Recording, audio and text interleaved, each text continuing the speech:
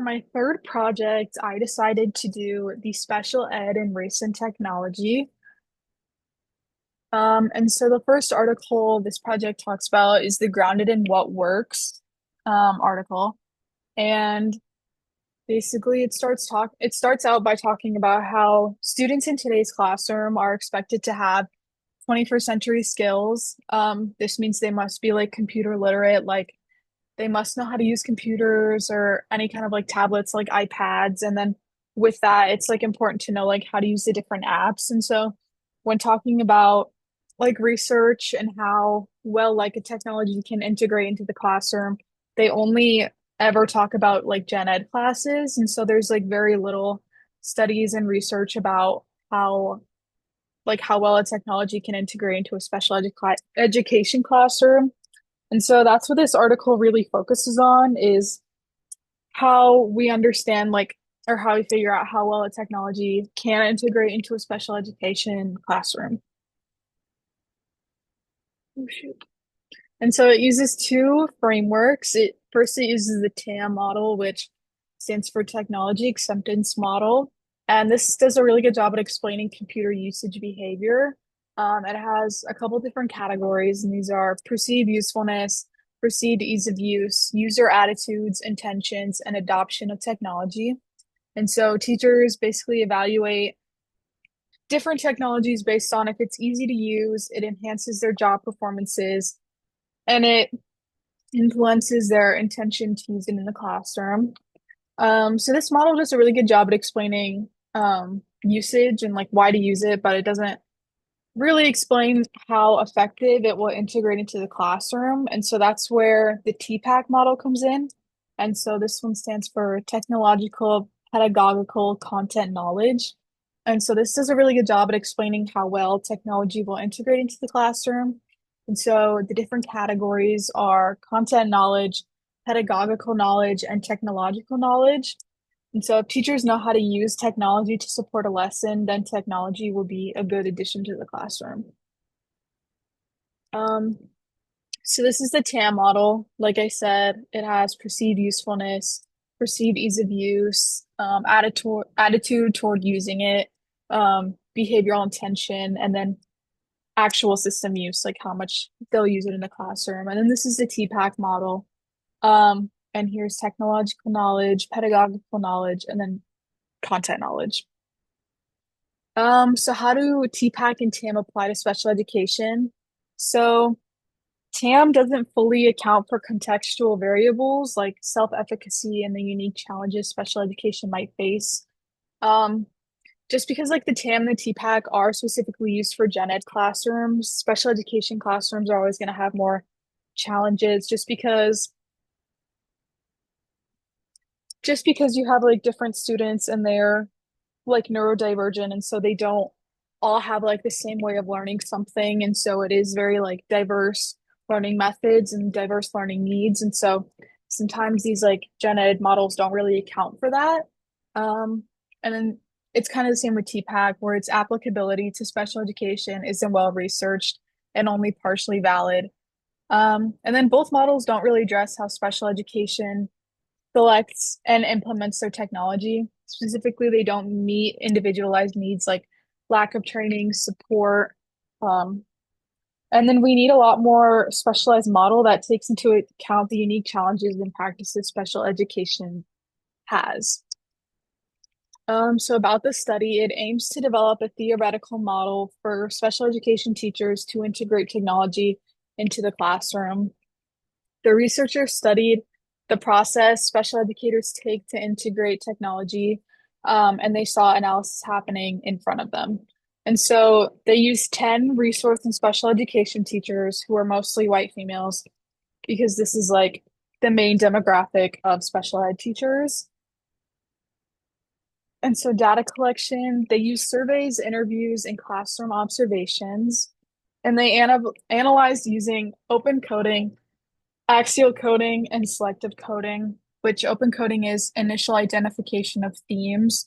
It's like what's common when you have like problems with integrating or using different technologies in the classroom. And then axial coding, which is connecting themes to different sources. and then selective coding, which is developing a final model. So the first research question is, what is the process by which special education teachers begin to use and effectively implement technology in their classroom? And so they identified four components special educators use to implement technology, which is opportunities, dispositions, pedagogical beliefs, and implementation. Um, and student focus, and this is student focus, and it's driven by curiosity and persistence. And so opportunities are external conditions or experiences or access to resources. And then disposition, teachers are open-minded about new technology and want to learn how to implement new technologies. Pedagogical beliefs, learning is student-centered and active. Technology is a way to enhance students' learning experience. And then small steps, technology should be gradually integrated, start with simple tools, and then expand over time. So research question number 2 is, what are the factors of effective integration of technology in a special ed classroom? And these fall into two different categories, technology selection and technology implementation. And so technology selection is start with the student, base choices on student needs, not teacher convenience. And then enhance personalized learning. Tech should support multimodal instruction and make content more engaging. So choose simple tools. Technology should be easy for the students to use, even if it was, because if it was too difficult, they would stop using it. It would cause frustration. Yeah. Okay. And then technology implementation, scaffold for independence. Teachers should offer support, but students are encouraged to develop some tech skills on their own. Um, Structured classroom, strong routines and expectations, but students can do some experimenting with technology. Easy integration, technology is easily implemented into their daily learning. And then ongoing evaluation, teachers reflect on if the tech was meeting their goals regularly. And then research question number 3 is, what obstacles do special education teachers face when integrating technology in a special education classroom? Teachers had the mindset that obstacles were a part of their job instead of a barrier in their instruction. And some commonly mentioned obstacles were time constraints, student tech skills, limited access to technology, inconsistent support, and collaboration issues. But none of these really stopped them from wanting to implement technology into their classroom. They all kind of had a all work with whatever I have mentality, and they all kind of understood that technology, like while it might be hard to learn and like hard to implement, they kind of know that it's for the best for their students and for the best for their learning. And so they like had an open mind to learning how to use it and how to implement it. So reflection. I learned that technology shouldn't be used as a burden to my future, but instead a way to support future students. If technology is implemented correctly, it should be a great resource to aid their learning. If a technology is not suited for a special education classroom, it could cause problems, but we won't know if it's good or bad until we try something. And then never give up on finding ways to help your students, even if you're frustrated with learning new things. So Article 2 is called Telling It Like It Is. And the argument from this article is that the US education system has been socially constructed to benefit white middle class students and marginalized students of color. And so students of color are at a higher risk of being placed in a special education. However, they are not largely represented in disability studies and research. So this is Christine Sleeter. She's not the author of the article, but she is who the author kind of like based her findings and the article about. And so she argued that the category of learning disabilities was created during the Cold War to protect white middle class children who had poor academic performance.